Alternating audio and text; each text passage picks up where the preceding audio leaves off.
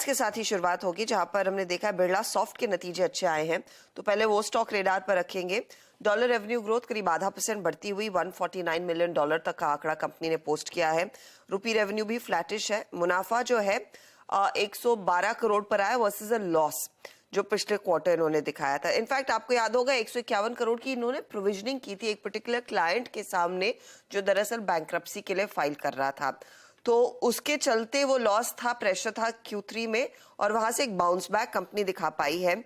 Company ये भी कह रही है कि मार्जिन्स जो इनके 11.3% पर आए और कंपनी के कैलकुलेटेड मार्जिन्स करीब 13% के आसपास है Q4 के।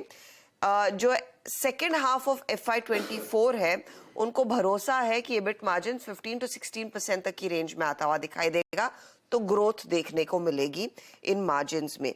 आप कांस्टेंट करेंसी टर्म्स पे देखें तो करीब 3.2% quarter on quarter excluding Invacare company ने डिलीवरी दी है Q4 के लिए। तो नतीजे वैसे आप देखें तो डिसेंट है, अच्छा पुल बैक देखने को मिला है पिछले क्वार्टर के प्रेशर के बाद। अब आते हैं महानगर गैस पर। तो MGL का परफॉर्मेंस अच्छा है। मुनाफे में 56% का इजाफा, 269 करोड़ का आंकड़ा 206 करोड़ के अनुमान के सामने। हालांकि रेवेन्यू थोड़ा सा 3.5% घटा है, 1610 करोड़ पर आया है। एबिटा में 52% तक की ग्रोथ है, 389 करोड़ का फिगर 316 का अनुमान था। और आप देखें तो मार्जिन्स 20% के अनुमान के सामने 24% के मार्जिन्स कंपनी ने डिलीवर किए हैं। वॉल्यूम डिक्लाइन है यहाँ पर, करीब 1.16% तक के वॉल्यूम्स कंपनी ने डिलीवर किए, जहां पर एस्टिमेट था 9% ईयरली ग्रोथ देखने को मिलेगी। लेकिन ओवरऑल नंबर्स की तरफ अगर आप ध्यान दें तो परफॉर्मेंस थोड़ा बेहतर है। अच्छा, पिडिलाइट आज रेडार पर रहेगा, जहां पर थोड़ी सी निराशा है। आप देखिए मुनाफा 11% घटा है, 283 करोड़ पर आया, 330 करोड़ के आसपास का अनुमान था।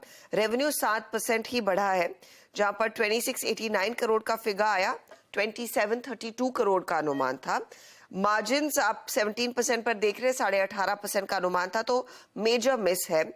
कंज्यूमर बिजनेस में वॉल्यूम ग्रोथ आया है 7%, हालांकि एक्सपेक्टेशन थी 9 से 11% की। लेकिन जो बड़ा धक्का है वो दरअसल B2B बिजनेस का है, जहां पर एक एबिट लॉस है। कंपनी कह रही है प्रेशर दरअसल एक्सपोर्ट्स की तरफ से आता हुआ दिखाई दे रहा है।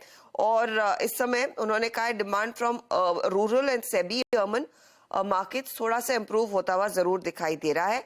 लेकिन अभी भी नियर टर्म में जो एनवायरनमेंट है, डिमांड एनवायरनमेंट है, उसमें काफी अनिश्चितता है। तो वो बयान भी आप रेडार पर रखेंगे। कंसाई के नंबर्स आए, जहां पर हमने देखा है ग्रोथ देखने को मिली है। मुनाफे रेवेन्यू के फ्रंट पर बोनस का अनाउंसमेंट हुआ है। कंपनी एक बोनस शेयर दे रही है हर 2 स्टॉक्स अगर आपके हाथ में है उस पर। और कंसाई कह रहा है कि ऑटो डिमांड जो है वहां पर रिकवरी देखने को मिल रही है, तो उस बिजनेस में ग्रोथ नजर आ रही है। FY24 के लिए कई सारे इनिशिएटिव्स लेंगे अपने डेकोरेटिव बिजनेस को और भी बेहतर करने के लिए और अपने कोटिंग बिजनेस को और बेहतर करने के लिए। तो ये नंबर्स वाले स्टॉक्स हैं जिन पर आपकी नजरें रहेंगी। इसके अलावा आज जोमैटो रेडार पर रहेगा। दरअसल इनका जो कॉम्पिटिटर है और पियर है स्विगी, उसकी वैल्यूएशन में सेकंड मार्कडाउन हुआ है इस साल। तो इन्वेस्को जो इन्वेस्टर है स्विगी का, उन्होंने जो वैल्यूएशन लास्ट आकी थी मेरे ख्याल में अक्टूबर 22 में, वो करीब $8.2 बिलियन आकी थी। उसे घटाकर $5.5 बिलियन पर लेकर आए हैं। इससे पहले जनवरी 2022 में जो वैल्यूएशन स्विगी की थी वो $10.2 बिलियन की थी। तो 2 मार्कडाउन्स हुए हैं हमने देखा है पिछले साल में। और अब कंपनी देखते हैं यहाँ से आगे किस तरह की ट्रैजेक्टरी रहेगी। अच्छा, यहाँ पर 2 जो थॉट्स हैं। एक तो क्योंकि जोमैटो की वैल्यूएशन 6.5 to 7 बिलियन के आसपास की है, इसीलिए स्विगी की इन्फ्लेटेड वैल्यूएशन को कंपनी अब मार्कडाउन करती हुई दिखाई दे रही, क्योंकि एक लिस्टेड पेयर है क्लियरली स्विगी के बिजनेस के साथ कंपेयर करने के लिए।